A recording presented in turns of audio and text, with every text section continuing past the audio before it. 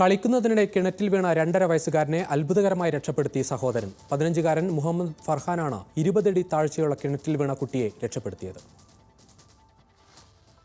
ഇന്നു വൈകുന്നേരം 4:30 തൃക്കാക്കര കരിമക്കാട് ജുമാ മസ്ജിദിന് സമീപം ഷെഫീഖിന്റെ ഇളയ മകൻ 2.5 വയസ്സുകാരൻ മുഹമ്മദാണ് അബദ്ധത്തിൽ കിണറ്റിൽ വീണത്.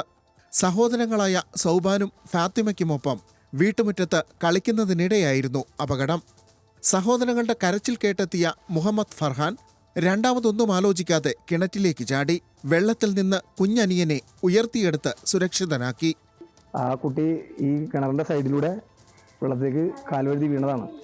പുറകെ കണ്ടുകൊണ്ട് വന്ന് ഇവൻ എടുത്ത് ചാടുകയായിരുന്നു. ആ കുട്ടിയുടെ മാതാവ് ചാടാൻ പോയപ്പോഴത്തേനും ഇവൻ പിടിച്ച് മാറ്റിയിട്ട് അവൻ ചാടി കുട്ടിയെ എടുത്ത് പൊക്കി പിടിച്ച് രക്ഷിക്കുകയായിരുന്നു.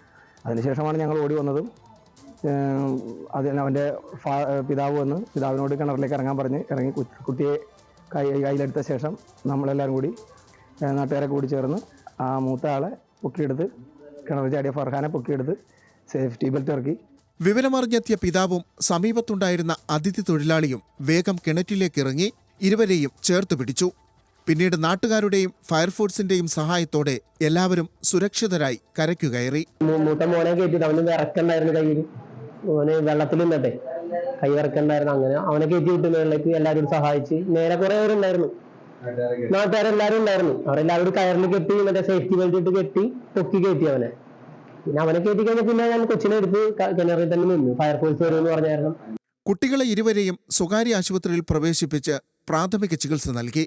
ഫർഹാന്റെ സമയോചിത ഇടപെടൽ മൂലം 2.5 വയസ്സുകാരനായ മുഹമ്മദിന് ഒരു പരിക്കുമേറ്റില്ല. കിണറ്റിലേക്ക് ഇറങ്ങിയതിനിടയിൽ ഫർഹാന്റെ വലതുകാൽ മുട്ടിന് ചെറിയ പരിക്കേറ്റിട്ടുണ്ട്. ന്യൂസ് മലയാളം, കൊച്ചി.